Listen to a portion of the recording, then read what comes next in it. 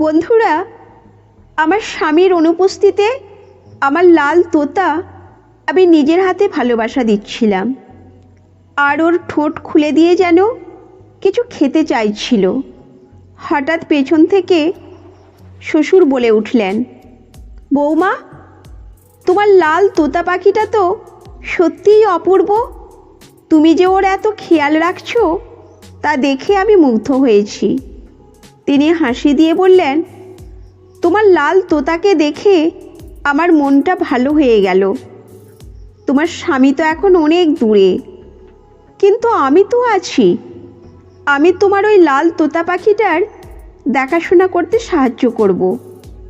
আমাদের বাড়িতে আমি, আমার স্বামী এবং শ্বশুর একসঙ্গে থাকতাম।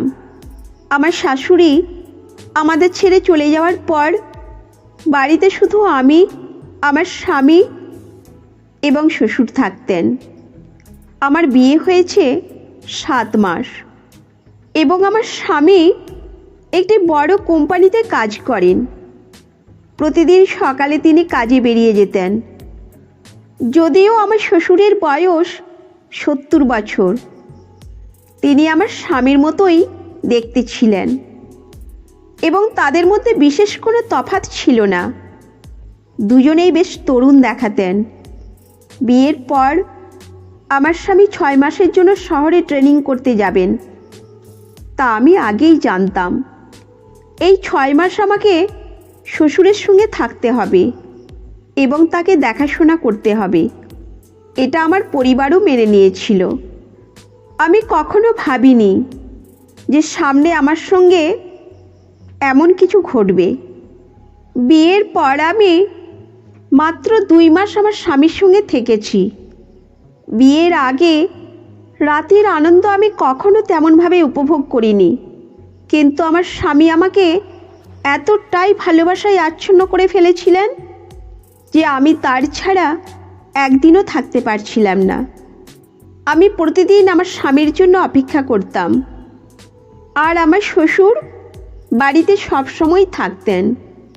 তিনি খুব একটা বাইরে যেতেন না। যখন আমার স্বামী আসতেন তখন শ্বশুর নিজের ঘরে চলে যেতেন, কিন্তু আমাদের কথাবার্তা সব শুনতেন। কিছুদিন পর আমি বুঝতে পারলাম আমার স্বামীর প্রতি তার আগের মতো ভালোবাসা আর নেই। আমি তাকে আগের মতো আদর করে কাছে টানতে চাইতাম, কিন্তু তিনি বেশ উদাসীন হয়ে যাচ্ছিলেন। আমি সব কিছু মেনে নিয়ে তার সঙ্গে সান্নিধ্য বজায় রাখতে চেষ্টা করতাম। এটা যেন আমার অভ্যাসে পরিণত হচ্ছিল। একদিন আমার স্বামী আমাকে জানালেন, পরের সপ্তাহে শহরে যেতে হবে ট্রেনিংয়ের জন্য এবং আমি তোমাকে সঙ্গে নিতে পারছি না। এটা মাত্র 6 মাসের ব্যাপার। আমি ফিরে আসব। আমি খুবই কষ্ট পেলাম, কারণ তাকে ছাড়া একদিনও থাকা আমার জন্য কষ্টকর ছিল। আমার স্বামী শ্বশুরকে জানিয়ে দিলেন, বাবা, আমি আগামী সপ্তাহে শহরে যাচ্ছি। 6 মাসের ট্রেনিং হবে। সেই দিন থেকেই শ্বশুরের আচরণে আমি একটি পরিবর্তন লক্ষ্য করলাম। তিনি আমার সঙ্গে অনেক বেশি হেসে খেলে কথা বলতেন, অনেক বেশি আন্তরিক হতেন, যেন আমার বাড়িতে একসঙ্গে থাকব। আর তার মনে আলাদা কিছু ভাবনা ঘুরছিল। আমি একটু দ্বিধায় পড়লাম, কিন্তু কিছু বললাম না। আমার শ্বশুর আমাকে আশ্বস্ত করে বললেন, কোনো চিন্তা করো না, 6 মাসের ব্যাপার, আমি তোমার সঙ্গে আছি। আমার স্বামী চলে গেলেন। আমি খুব মনমরা হয়ে পড়লাম। ঘরের চারপাশ কেমন যেন শূন্যতা ঘিরে ধরেছিল। স্বামীর অভাব অনুভব করছিলাম প্রতিটা মুহূর্তে। শ্বশুর বুঝতে পারলেন যে আমি একা হয়ে পড়েছি এবং তারই মধ্যে একদিন তিনি আমার কাছে এসে বললেন, বৌমা, তুমি একা আছো ভেবে কষ্ট পাচ্ছ, তাই না? তোমার স্বামী ঠিকই ফিরে আসবে, কিন্তু ততদিন আমাদের দুজনকে ভালোভাবে সময় কাটাতে হবে। একসাথে থাকলে একাকিত্বে ভুগতে হবে না। একদিন দুপুরে আমি আমার ঘরে বসে পোষা লাল তোতা পাখিটার যত্ন নিচ্ছিলাম।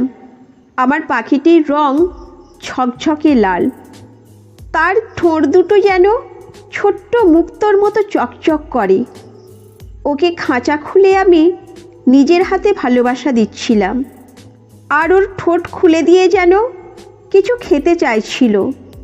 হঠাৎ পেছন থেকে এক মৃদু কণ্ঠে শুনতে পেলাম, বৌমা, তোমার তোতা পাখিটা তো সত্যিই অপূর্ব। তুমি যে ওর এত খেয়াল রাখছো তা দেখে আমি মুগ্ধ হয়েছি। আমি পিছনে ফিরে দেখি শ্বশুর দাঁড়িয়ে আছেন। তার মুখে একটা মিষ্টি হাসি, চোখে অদ্ভুত এক উজ্জ্বলতা। আমি একটু লজ্জা পেলাম, কিন্তু মৃদু হাসি দিয়ে উত্তর দিলাম, হ্যাঁ শ্বশুরমশাই, ও আমার খুব প্রিয়। স্বামী তো নেই, তাই তোতা পাখিটাই আমার সবসময়ের সঙ্গী। শ্বশুর একটু এগিয়ে এসে আমার পাশে বসলেন। তিনি বললেন, তোমার স্বামী তো এখন অনেক দূরে, কিন্তু আমি তো আছি। আমি তোমার এই লাল তোতা পাখিটার দেখাশোনা করতে সাহায্য করতে পারি। তুমি একা কেন থাকবে? তোমার পাশে তো আমি আছি। তোমার স্বামী যেমন তোমার প্রতি দায়িত্ব পালন করত, তেমনি আমিও তোমার খেয়াল রাখব। তুমি একা সব কিছু সামলাতে গিয়ে কষ্ট পাবে না। শ্বশুরের কথাগুলো আমার মনে শান্তির একটা ছোঁয়া দিল। সত্যিই তো, তিনি আমার প্রতি দায়িত্বশীল হচ্ছেন, আর আমার একাকিত্বও দূর করতে চাইছেন। আমি মনে মনে ভাবলাম, এই বয়সে এত দায়িত্বশীলতা আর ভালোবাসা দেওয়ার মতো মানুষ খুব কমই দেখা যায়। কিছুদিন পর শ্বশুর আমার ঘরে আরও প্রায় আসতে শুরু করলেন। কখনো চুপচাপ এসে আমাকে তোতা পাখির যত্ন নিতে দেখতেন, কখনো আবার মজার কিছু বলতেন তোতা নিয়ে। একদিন তিনি পাখির দিকে তাকিয়ে বললেন, এই তোতাটা তোমার মতোই মিষ্টি। ওকে দেখে আমি অনেক ভালো অনুভব করি। তুমিও অনেক যত্ন করছো। তুমি একদম নিখুঁতভাবে ওর খেয়াল রাখছো। আমি হেসে বললাম, আপনিও তো মাঝে মাঝে ওর সাথে সময় কাটান, আমি দেখেছি। তিনি হাসি দিয়ে বললেন, তোমার তোতাকে দেখে আমার মনটা ভালো হয়ে যায়।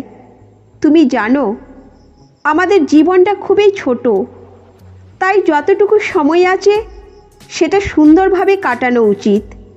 তোমার সঙ্গ আর তোমার তোতার মিষ্টি মিষ্টি কাজ আমাকে সব ভুলিয়ে দেয়। তার কথাই আমি মনে মনে হাসলাম। আমাদের দুজনের মধ্যে